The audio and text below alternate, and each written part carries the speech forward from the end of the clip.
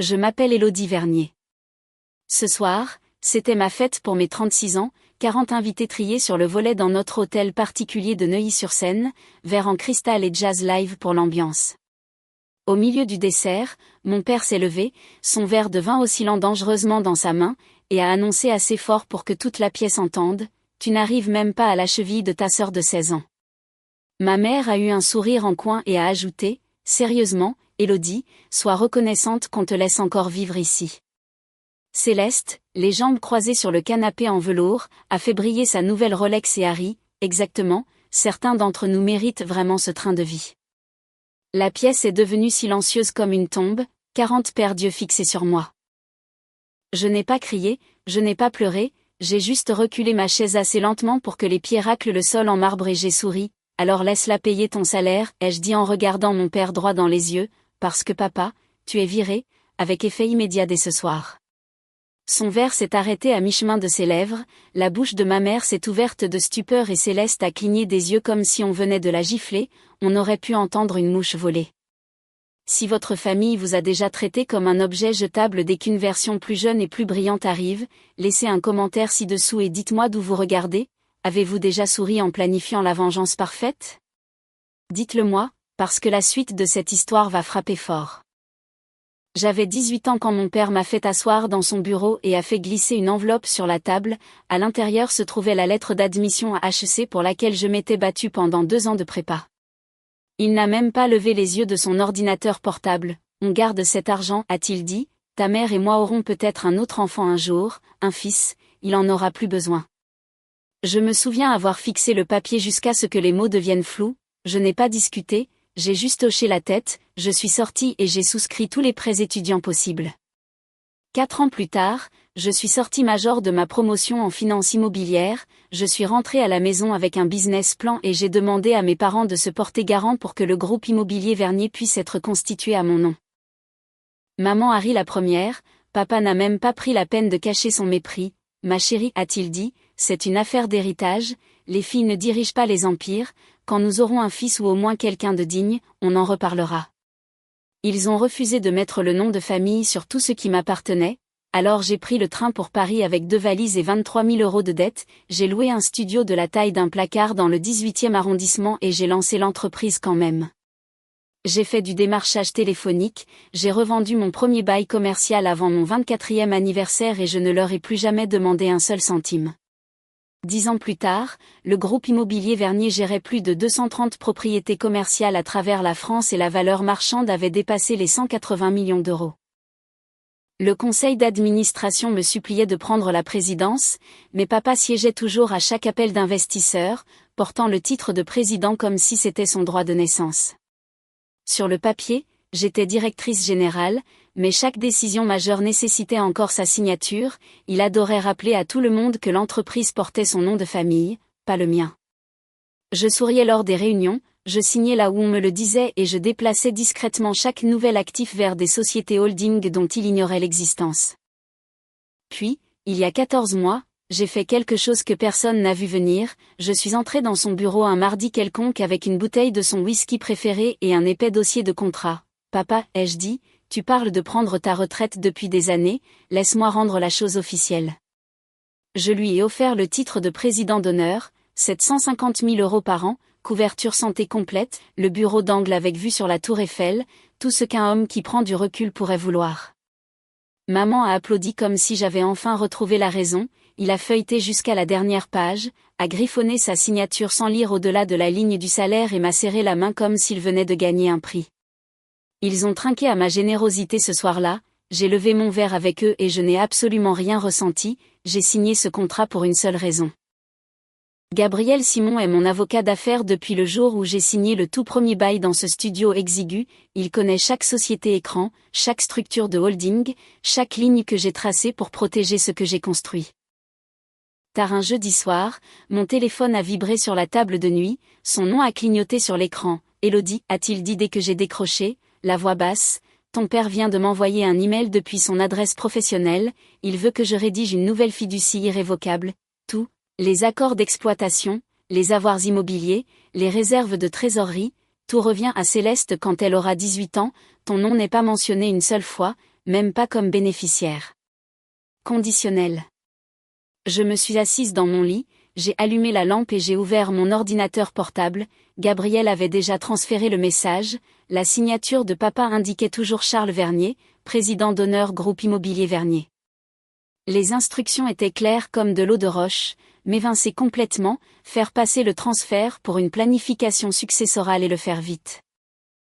J'ai lu l'email 3 fois, pas de rage, pas de larmes, juste la clarté la plus froide que j'ai jamais ressentie. Sait-il que tu es mon avocat d'abord, ai-je demandé.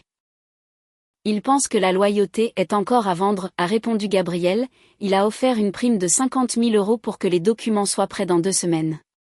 Je me suis appuyée contre la tête de lit et j'ai fixé le plafond, dis-lui oui, ai-je dit, dis-lui que tu commences immédiatement, ensuite facture chaque minute à l'entreprise parce qu'à partir de maintenant, chaque centime qu'il dépense est à ma charge.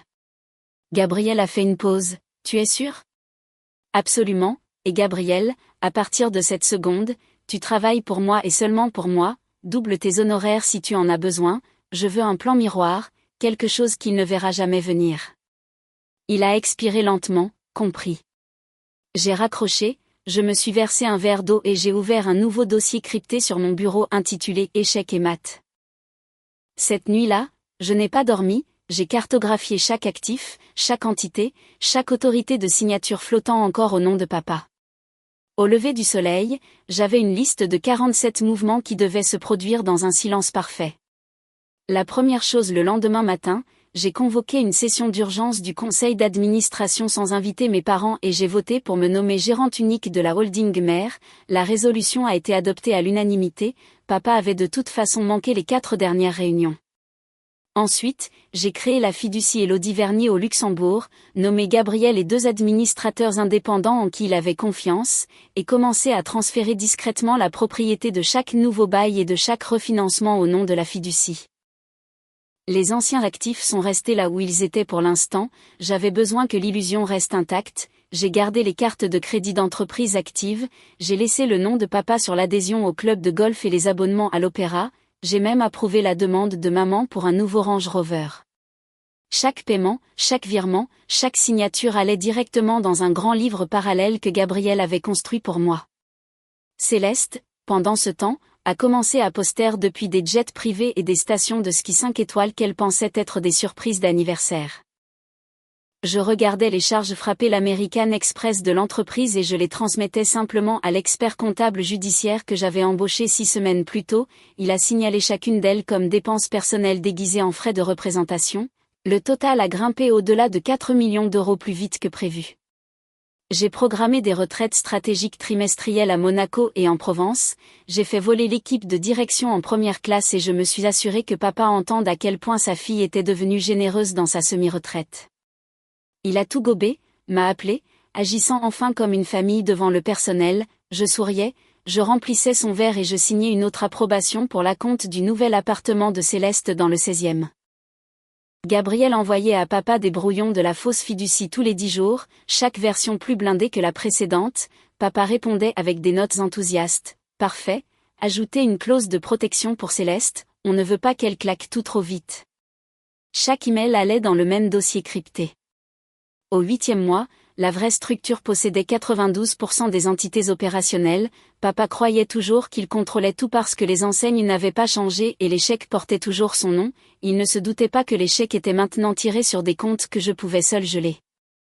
J'ai déposé le premier signalement anonyme au fisc français par l'intermédiaire du cabinet de Gabriel, joignant 2 ans de transactions suspectes et les relevés de cartes d'entreprise. Si l'administration fiscale recouvrait les sommes, la sanction serait lourde, je me fichais de l'argent, je voulais les saisies.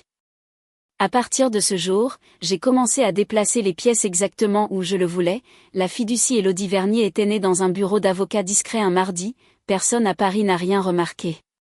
3 administrateurs indépendants ont signé, Gabriel a déposé les papiers avant le déjeuner, à partir de ce jour, chaque nouveau bail, chaque refinancement, chaque acquisition a coulé directement dans la fiducie. Les anciennes entités sont restées intactes en surface, la papeterie, la signalétique, les portails bancaires, tout montrait encore un groupe immobilier Vernier exactement comme papa l'aimait. En dessous, la propriété avait déjà commencé sa migration silencieuse.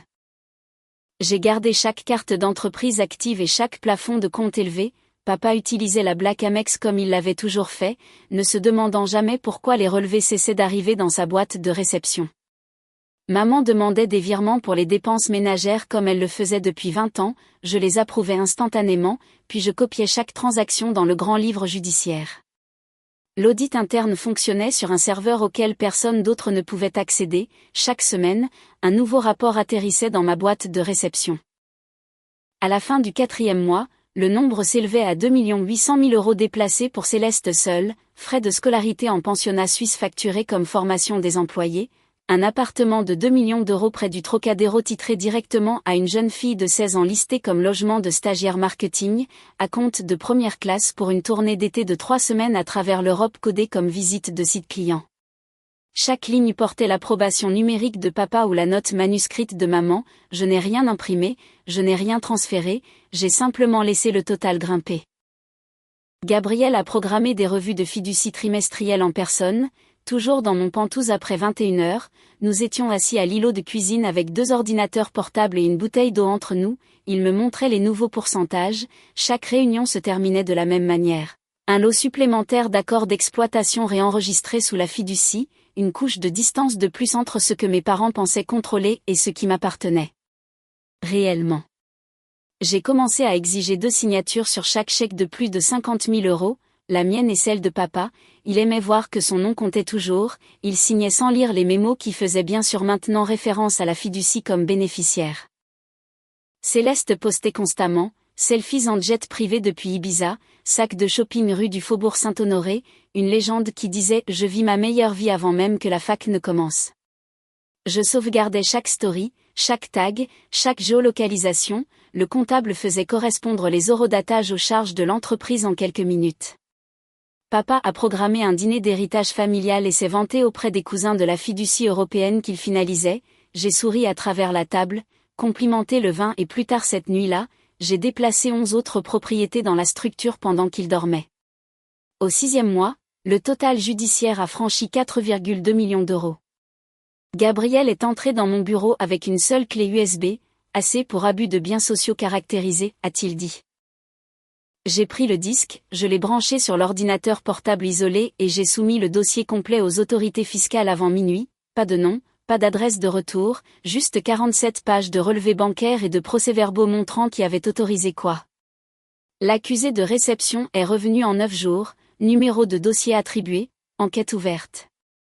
J'ai fermé l'email et j'ai réservé le lieu de l'anniversaire, j'ai réservé la même salle de bal que papa avait utilisée pour ses 60 ans, le même traiteur, le même quatuor à cordes. J'ai envoyé les invitations moi-même, des notes manuscrites sur du papier cartonné crème, aidez-moi à célébrer mes 36 ans et le prochain chapitre du groupe immobilier Vernier. Papa a appelé pour dire qu'il était touché, maman a demandé si elle pouvait apporter la nouvelle Rolex qu'elle avait achetée pour Céleste comme cadeau de table, je leur ai dit bien sûr. Gabriel a installé un projecteur monté au plafond déguisé en luminaire de lustre. 3 jours avant la fête, Madame Rosa da Silva, notre gouvernante depuis 23 ans, a reçu sa propre invitation et une demande discrète de s'asseoir près de l'avant. Elle m'a regardé dans les yeux et a hoché la tête une fois, elle savait déjà.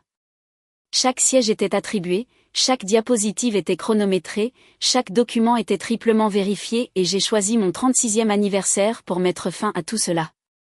La salle de bal était parfaite, éclairage doré, orchidées blanches partout, le quatuor à cordes jouant des reprises de jazz doux. 40 invités en tenue de soirée déambulaient autour des tables hautes, riant des vieilles affaires et des nouveaux bébés. Papa avait déjà descendu 3 whisky et s'attaquait au 4e, maman flottait de table en table dans une robe en soie champagne, boucle d'oreilles en diamant clignotant chaque fois qu'elle tournait la tête. Céleste se tenait au centre de son orbite habituelle de petits cousins et d'amis du club, téléphone levé haut, montrant des photos sur l'écran géant que j'avais loué pour le diaporama de ma vie. Regardez, a-t-elle annoncé assez fort pour que la moitié de la salle entende, c'est l'appartement que papa a acheté la semaine dernière, 32e étage avec vue, tout à moi quand j'aurai 18 ans. Elle a balayé l'écran, et ce sont les billets en classe à faire pour juillet, Paris, Rome, Amalfi, maman dit que je le mérite après le bac. Des rires polis ont ondulé, quelqu'un a porté un toast à la prochaine génération. Papa a passé un bras autour des épaules de Céleste, les joues rouges, la voix portant par-dessus la musique. C'est vrai, a-t-il tonné, certains enfants gagnent le monde simplement en existant, d'autres. Il s'est tourné, a croisé mon regard à travers la pièce et a levé son verre, d'autres ne font qu'occuper de l'espace. Le quatuor a continué à jouer mais le bavardage s'est éteint. Maman a souri en coin et a ajouté haut et fort, sois reconnaissante qu'on garde un toit au-dessus de ta tête, Élodie, la plupart des filles de ton âge tueraient pour cette vie. Céleste a secoué ses cheveux, exactement, certains d'entre nous n'ont pas besoin de mendier des miettes. 40 visages se sont tournés vers moi en même temps, les téléphones se sont abaissés, les fourchettes se sont figées à mi-chemin des bouches. Madame Rosa da Silva, assise tranquillement près de l'avant dans sa simple robe bleu marine, a croisé mon regard et a fait le plus petit signe de tête. J'ai posé ma flûte de champagne sur la table la plus proche, le tintement a résonné.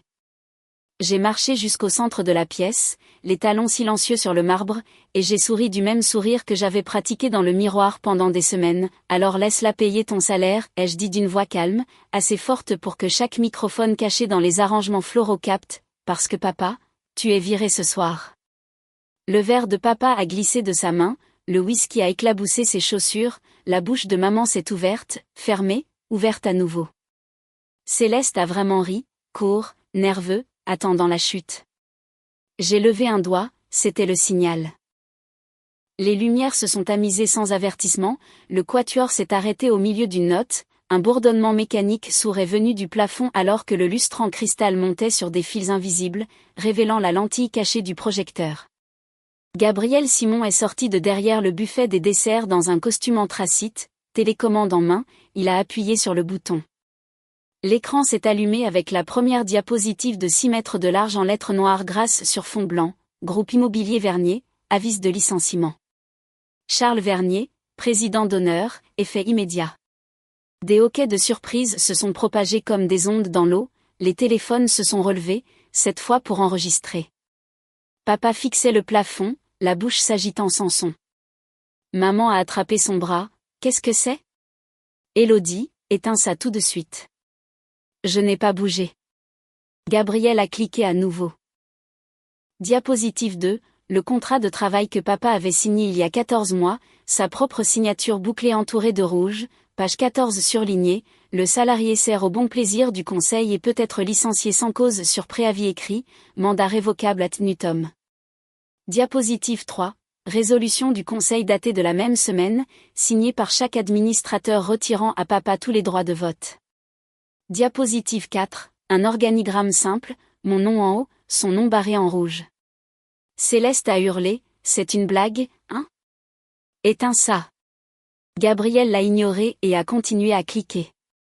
Gabriel a appuyé sur le bouton et l'écran a flamboyé, la voix de Gabriel a coupé le silence gelé, calme, professionnel, impitoyable. Diapositive 5 a-t-il annoncé. Une seule page remplissait l'écran, le contrat de travail de papa, paragraphe 17 entouré de rouge, emploi à volonté, licenciement sans cause ni préavis, indemnité zéro. Papa s'est précipité en avant, c'est de la folie, je possède.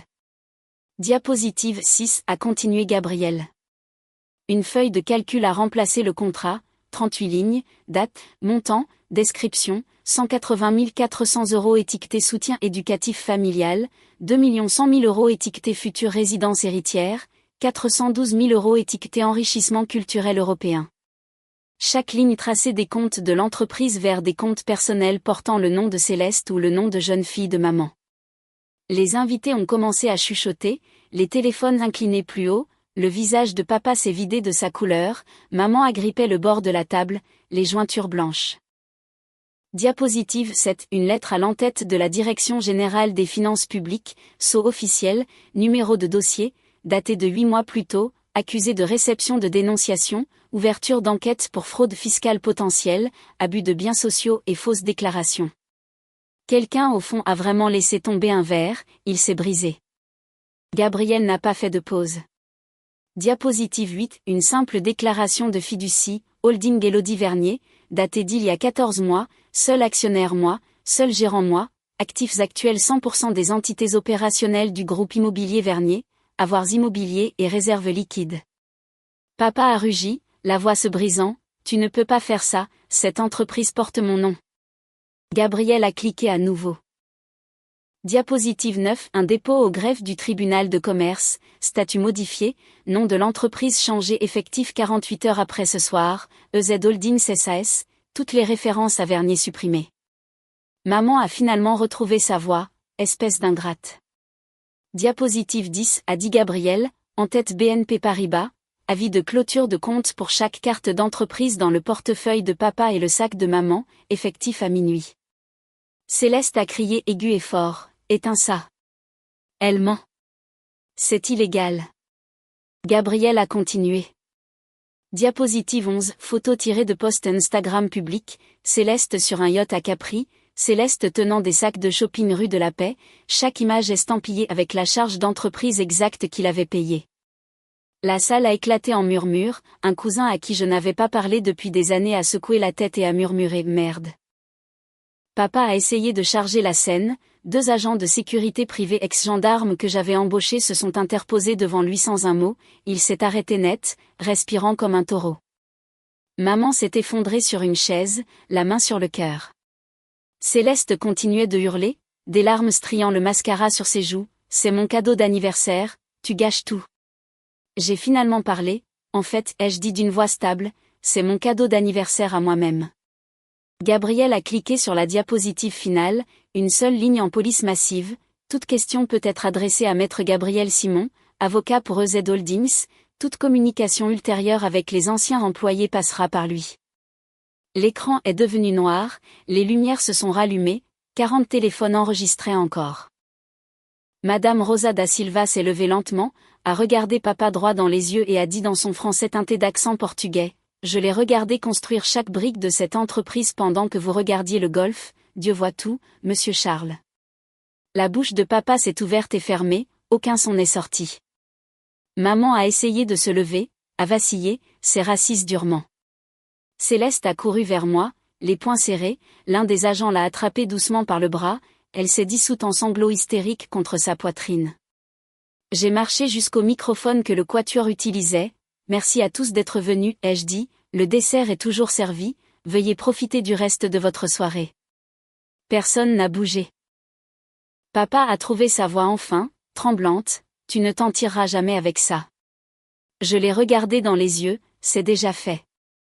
La sécurité les a escortés par la porte latérale, les talons de maman traînaient sur le marbre, les pleurs de Céleste résonnaient dans le couloir, papa ne s'est jamais retourné.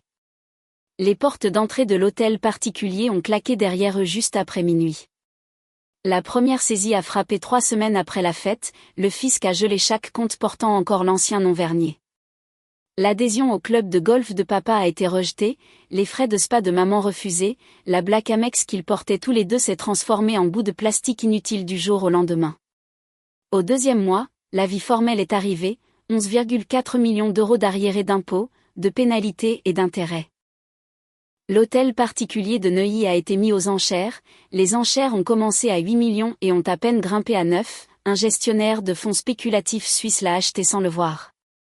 Les camions de déménagement sont arrivés un jeudi pluvieux, papa se tenait sur les marches d'entrée dans le même peignoir qu'il portait depuis 20 ans, regardant des étrangers mettre en boîte ses trophées de golf. Ils leur ont loué un 3 pièces à Sarcelles, rien de chic, moquette beige, pas de concierge. Maman a pleuré la première nuit parce que le lave-vaisselle était bruyant. Papa a arrêté de se raser. Céleste a perdu sa place dans son école privée prestigieuse le jour où le virement des frais de scolarité a été rejeté, le directeur a envoyé une lettre polie, solde impayé, retrait immédiat requis. Elle s'est inscrite au lycée public du quartier, à 20 minutes de là. Lors de son premier jour, quelqu'un l'a reconnue grâce au clip viral qui avait maintenant 14 millions de vues sur TikTok, des gamins l'ont filmé marchant dans le couloir en chuchotant, c'est la fille dont la sœur a affiché toute la famille. Ils ont ralenti les images d'elle en train de pleurer, ajouté de la musique de clown et l'ont mis en boucle, la vidéo est restée épinglée sur le groupe Facebook du lycée pendant des semaines. Papa a essayé le club de golf une dernière fois, espérant que son visage ouvrirait encore des portes, le directeur l'a rencontré à l'entrée, désolé mais ferme, adhésion expirée monsieur, paiement refusé.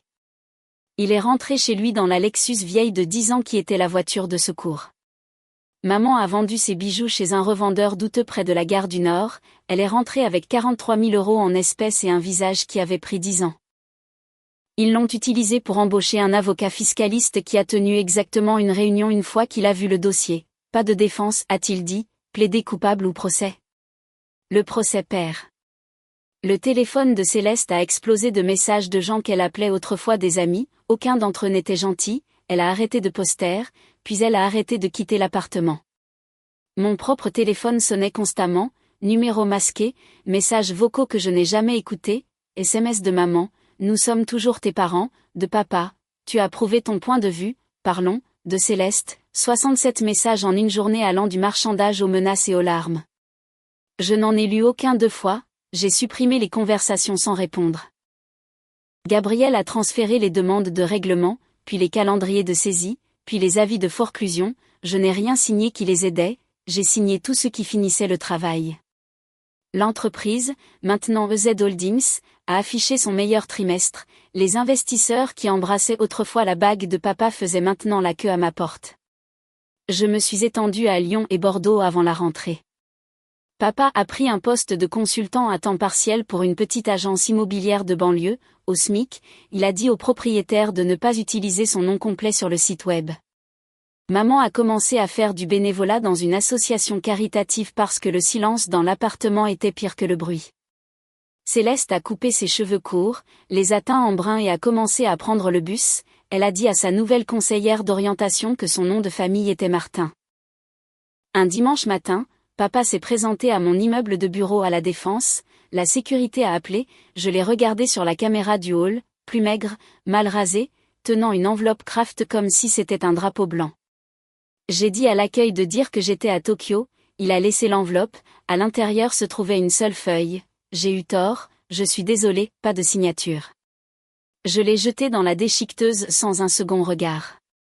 Pendant ce temps, j'avais déjà déménagé au 48e étage d'une tour de verre, l'ascenseur s'ouvre directement dans mon penthouse maintenant, pas de portier pour m'annoncer, personne n'attend dans le couloir avec des opinions que je n'ai jamais demandées, juste du verre du sol au plafond et tout Paris étalé comme s'il avait été construit pour moi seul. EZ Holdings a clôturé son dernier exercice fiscal à 412 millions d'actifs sous gestion, nous possédons la moitié des nouvelles tours que vous voyez monter, une partie des développements du Grand Paris et chaque bail de prestige des Champs-Élysées jusqu'à la Côte d'Azur. Le conseil se réunit dans une salle qui porte mon nom sur la porte en acier brossé, sans nom de famille d'héritage attaché. Quand de nouveaux partenaires posent des questions sur l'ancienne marque, mon équipe dit simplement, ce chapitre est clos, personne n'insiste, ils peuvent chercher le reste sur Google s'ils le veulent. J'ai gardé les gens qui sont restés quand les caméras tournaient ce soir-là, Madame Rosa da Silva dirige ma maison maintenant et siège au conseil de la fondation caritative, Gabriel est devenu associé le trimestre dernier, son nom est déjà sur l'entête. Les analystes qui tressaillaient quand papa entrait m'envoient maintenant des cartes d'anniversaire sans ironie. Je sors quand j'en ai envie, je dors 8 heures quand j'en ai envie, je vole en privé parce que l'entreprise possède le jet, pas parce que quelqu'un d'autre a signé les papiers. Certaines nuits, je fais encore défiler une vieille photo de famille qui a survécu à la purge, 4 personnes sur un yacht en 2010, toutes souriantes comme si rien ne pouvait jamais se briser. Je regarde la fille que j'étais alors, les cheveux plus longs, les yeux espérants encore, et je ne la reconnais plus, je ne la déteste pas non plus, elle a fait ce qu'elle devait faire pour devenir moi. Le regret ne visite jamais, la culpabilité n'appelle jamais, l'espace qu'ils auraient pu occuper est rempli de quelque chose de plus calme, la certitude. J'ai appris que le sang n'est que de la biologie, la famille est la courte liste d'humains qui choisissent de rester dans le feu avec vous quand le feu est réel, la mienne est petite, délibérée et incassable.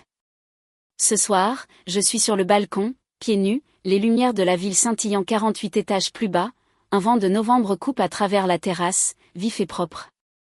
Je verse 2 doigts de ce qui est ouvert, je lève le verre à personne et je prononce la seule vérité qui compte encore. La famille n'est pas l'endroit où vous êtes né, c'est l'endroit qui refuse de vous laisser partir quand tout ce que vous avez construit est en cendres et que tout le monde est parti. Je bois, l'horizon boit avec moi, silencieux, brillant, à moi. C'est la fin de l'histoire. Si vous êtes resté jusqu'à cette ligne, merci.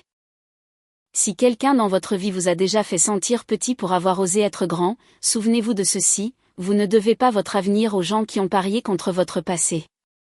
Construisez votre table, signez votre nom, et le moment venu, n'hésitez pas à la renverser. Je suis Élodie Vernier, c'est ma ville, mon entreprise, ma vie.